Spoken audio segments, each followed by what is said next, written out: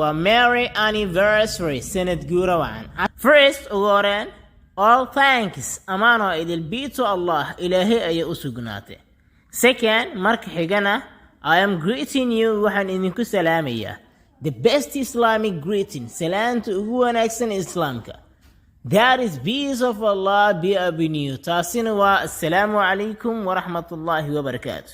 Today ما أنت أبو لي حانقة nobody idna can foretell masaadaalin karayso how I'm happy sida aan u faraxsanahay because maxaa yeelay it is memorial day maalin xusuus bay to me anigu ay ii tahay it is memorial day to me maalin xusuus leh ayaa anigu ii tahay it is when waa markii our schoolkeena was set up la asaasay it is when waa markii our fursad school keena fursad was set up la asaasay 18 December 18 December 2022 2022 so sidaa darteed I am saying to waxaan dhahayaa buu yiri all my classmates dhammaan ardayda isku fasalkanahay my teachers macallimiintayda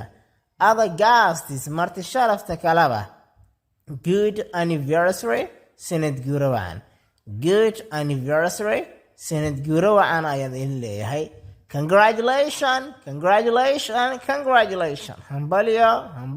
hambalyo Juriel nabaday buu yiri markaa fadlan haddii aad ka hesho muuqaalka like saar sidaas lamida haddii aad ku cusubtahay janaalkuna subscribe dhac ku sii mahadsanid